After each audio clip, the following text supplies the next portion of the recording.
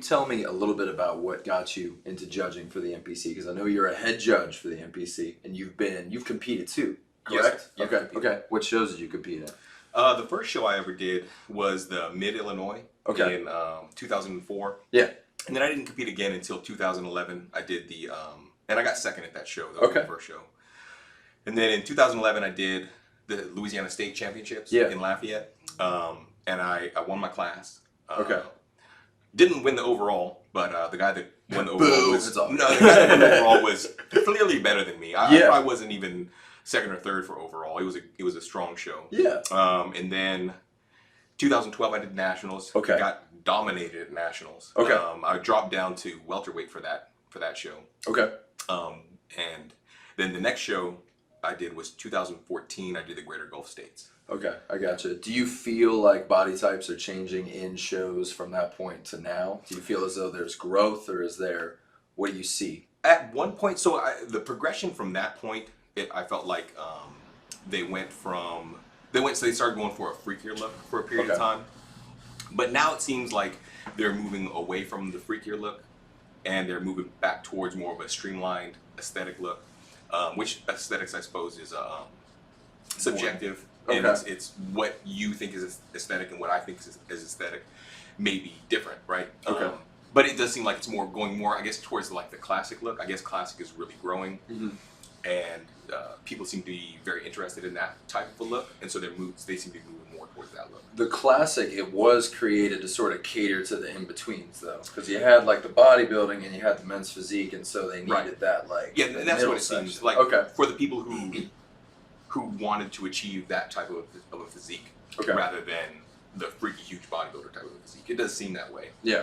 But then it does seem like the general trend of the sport, especially when you pay attention to like nationals and who's turning pro and that sort of thing, they do seem to be moving away from that mass monster freaky look. And for somebody just getting into shows, what do you think, what should they expect if somebody just wanted to do a show their first time?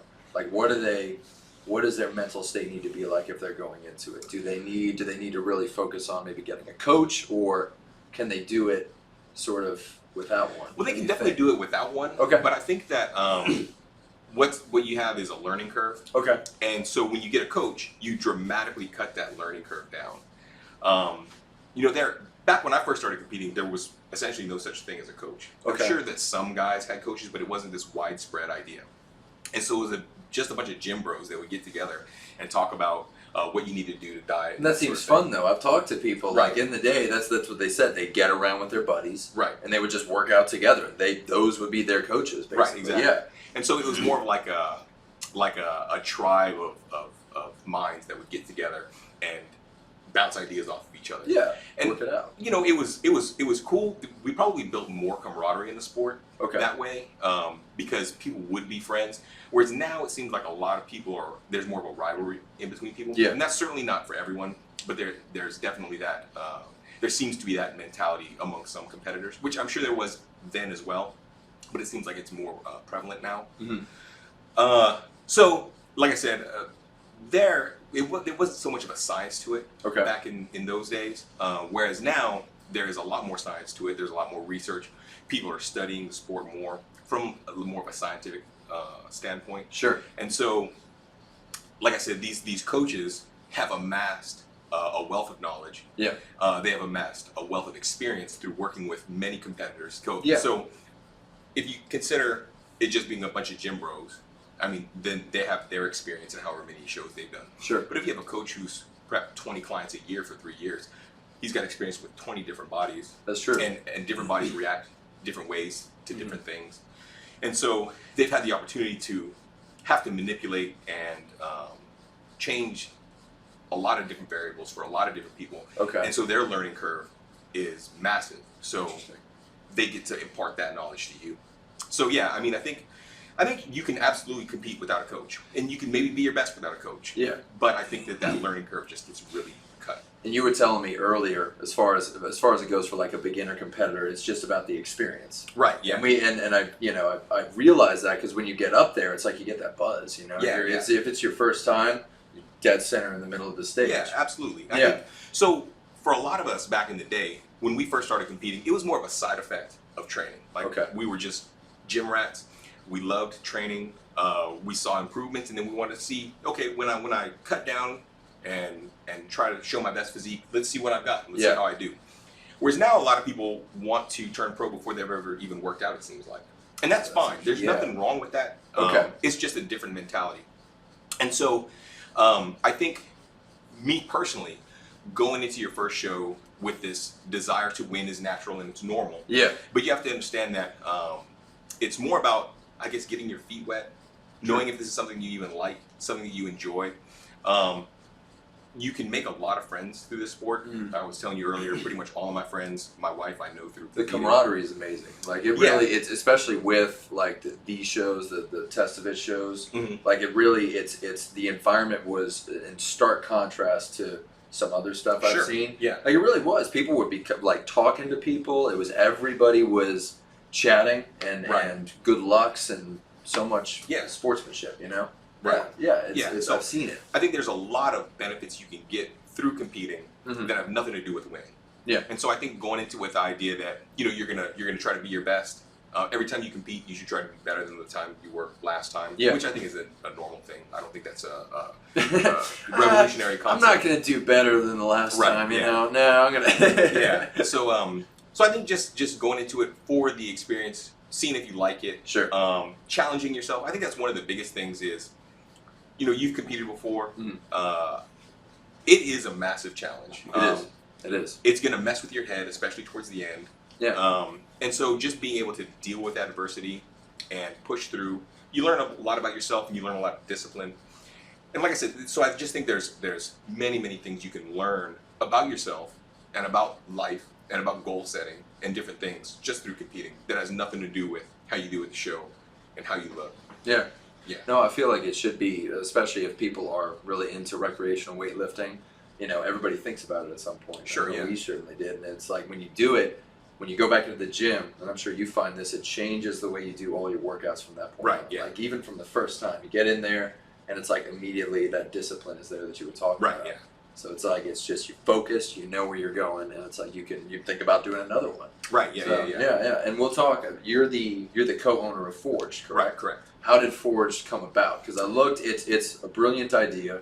Because I've looked, your whey protein has enzymes. We'll talk about that. Yeah. I noticed that, and I was like, oh my gosh, it's got enzymes. Whey proteins don't have this. Holy cow! Right. So, but how did you guys create this? So, I've been probably working out since 1994. Okay. And when I was probably in college and graduate school, I really got into supplements. Okay. I was big on reading on the forums. So that used to be a thing before Facebook and Reddit. There was bodybuilding. Bodybuilding.com. Sure. There was these huge forums, and so I spent a lot of my free time just talking to people and learning about supplements and I used to buy and try all kinds of different supplements. Okay. And back in those days, that was the wild, wild west of the supplement days.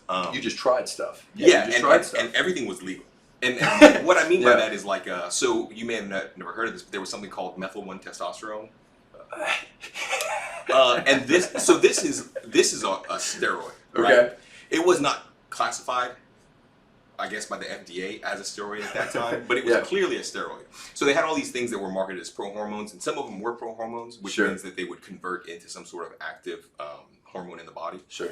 But there was a lot that were just what they would refer to as pro-steroids. Okay. Which was just a stupid it's like, I was about to say, it's like, oh wow, well, this must be different. Oh my God, yeah. No, these were clearly steroids. Something special. And so they had, I think in 2004, they were all scheduled as steroids. Okay. But anyway, so I used to just try all this stuff, and this stuff was amazing.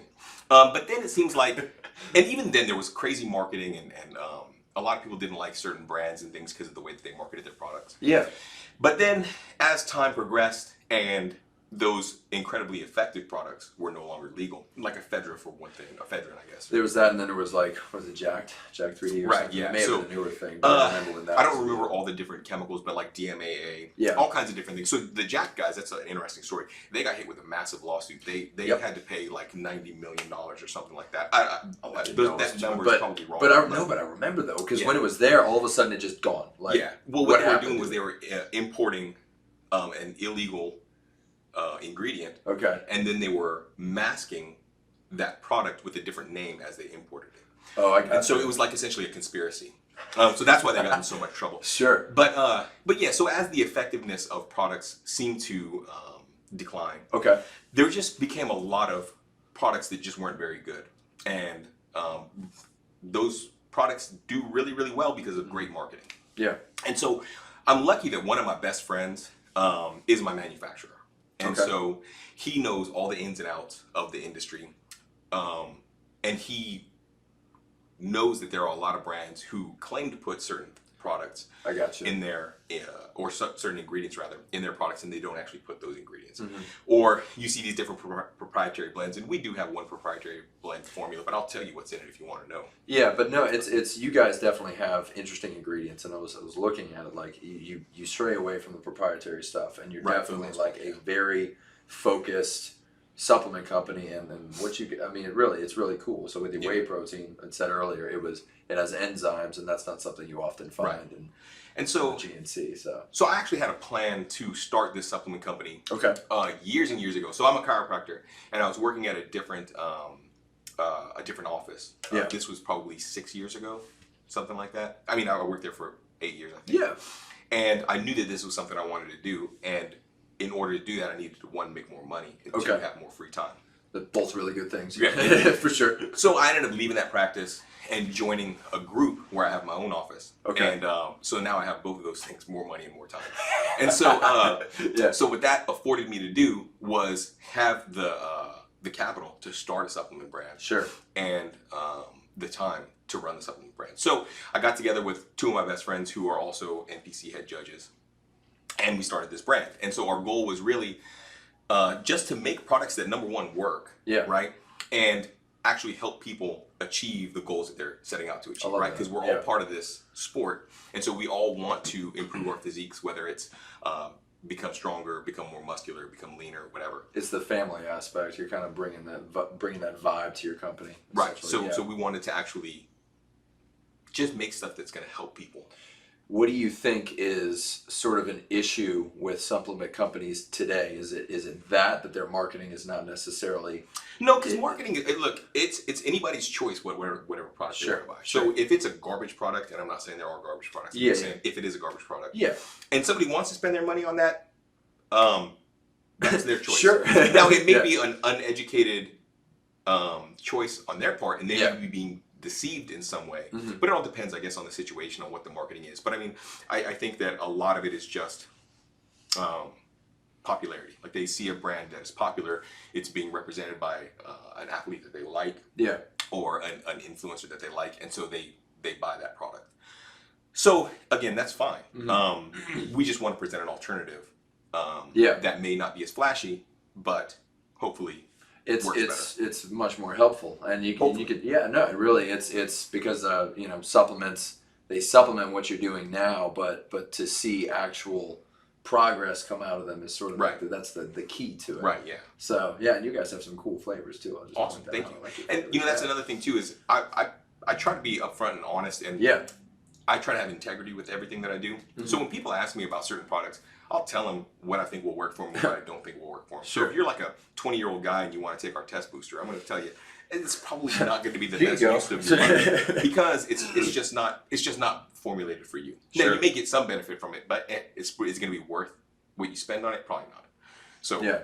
I try to point them in another direction. But that's integrity with it too. That's what I I try like to that. have. Yeah, Yeah. that's a good point. With nowadays, I know that everybody like people my age, like in I don't know early 20s or so, they're all going and getting test boosters and everything. Right, yeah, That's the big, like they're like, oh, I need this. I gotta get muscular. I gotta get beefy. Yeah. And so there may be some benefits, like so if there's some formulation of ingredients that will help with increased free testosterone. Sure. I'm sure there's going to be some benefit there. But I mean, like I said, is it going to be worth the money you spend on it? Probably not. Yeah, that's a good point because everybody's going in there spending a few $100s on a bunch of different stuff and everything. Yeah. In your opinion, like, what's your current stack right now as far as supplements go? So I love Skin, which is our fat burner. I'm a kind of a stimulant caffeine junkie. Okay. And so I take that. So I get up really early in the morning. Okay. So I take that as soon as I wake up in the morning. I do take a lot of products that we don't produce. Like I take vitamin D. If you look on the counter back there, you'll see a bunch of them. I take vitamin D, especially with the whole COVID-19 thing going on. I want to make sure my immune system is up to par. Yeah. And so I do have a specific immune system product that I take. I take extra vitamin D, zinc, lysine. But as far as our products, I do use our protein. I've gotten away from using our amino acid product just because I'm too lazy to mix it up and bring it to the gym. More stuff, but our new product, the Pump 3X, I love it. It's awesome. I love getting a pump in the gym. I feel like if I don't get a pump in the gym, like I don't even enjoy my workout. And that's one of the things that's one of the reasons why I work out is because I enjoy it and I enjoy the feeling. Can I ask you this though? As far as when it comes to pump products, the Pump 3X it's pill form, right? Right, correct. So how does that differ from something that I would drink, like a liquid pump? Yeah, so they're it's just the formulation, right? So our pump product is primarily 3 different ingredients. Okay. It's something called nitrosigine, which is a certain type of bonded arginine. Yeah, it's arginine rather, and then it's 2 forms of glycerol, 2 different forms of glycerol. And so glycerol products are very hydrophilic, meaning they absorb a lot of water. And so they don't typically work well in powder form. They certainly can in limited amounts. Okay. Because they'll get really clumpy because they draw that water in. Oh, I get what you. Yeah. Okay. And I see. I'll also say it was a marketing idea. Yeah. In terms of, I didn't want to have 2 powders. Okay. Because if we did it that way, then people would be like, "Oh, I'll buy this Overcharge, which is our powdered pre-workout." Oh, I got you. But then I won't necessarily take this other powder because they're both powders, that kind of thing. So it's just like a mind thing. Whereas, pills are different than powder, so and so people are gonna like naturally know that it's like this is for this and this is for this. Right, and so they complement each other very well. I don't know if you've taken them together, but they do complement each other very well. So it was kind of that. It was just kind of more of a vertical, a vertical product development rather than a horizontal product development. I like that. That was the concept. The glycerol thing is it's awesome because I've tried it before and you feel that. Like if something has that in it, it's like, oh my god, right? Geez, I'm getting a huge pump right now. Yeah. Holy cow! And so and also a lot of people, when it comes to any type of supplement, the way it tastes matters to them, and the way it makes them feel matters to them. Okay. And so if it's and like clumpiness and things like that is part of that whole mouthfeel texture kind of thing. Yeah. People are weirded out by clumpiness and things like that. And so this avoids that clumpy issue. Yeah. And it avoids any kind of weird taste, mouthfeel. It is the serving goes from between 4 and 8 capsules. 8 capsules is an ideal dose, but we kind of made it you give flexible options, right? So that a bottle can last longer, and if they still get the benefit of 4 capsules, then it's great. I gotcha. So it's just giving people those, I guess, trying to take away some of those negative things that could be associated with taking something that might not be as palatable as something else. Exactly. Do you think flavor is kind of the main thing that people go for with any kind of powder they're doing? It depends on the person, for sure. There are definitely some people where flavor is a primary factor. It's a massive thing. Because I know that's with some like more popular supplements, that's what they're known for. They're just known for like being really good tasting and it's and that's it. And then nobody talks about like the effects or anything. Right. They're all like, oh, it's got this great chocolate flavor. Right. Yeah. And my manufacturer, who, like I said, has been in the game for many years. Yeah. He told me, and this is more of a general idea, that the better something tastes, the less effective it is. Because a lot of these ingredients that are effective don't taste good, so it's hard to mask the flavor. But I will say, for a massive company, their research and development and their ability to manipulate flavors is a lot stronger than a company like ours. Yeah. Because we just don't have the means to spend a whole lot of money in research and development. So do you guys? Where do you see yourselves going in the future? Do you see yourself kind of expanding? Yeah. Okay. Our biggest problem right now is actually keeping product in stock. Okay. You guys are big. You guys are Well- really like it's. I see it pop up everywhere. Like Well, thank Forge is a huge name. It's awesome. Yeah, it really is. And Yeah. thank you. And so No problem. we get tons of orders, and so we run out of product not infrequently. Yeah. And so the lead time on getting products manufactured is longer now than it typically would be. I'm not exactly sure why.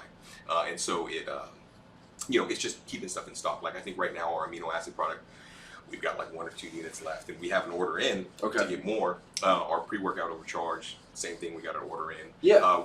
One of our protein flavors is out of stock, and again we have an order in. Is it a cinnamon twist?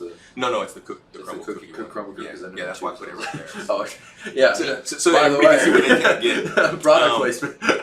Yeah. Yeah. So that's our biggest challenge right now is just trying to keep everything. keep stocked. everything So which is stocked. a great problem to have.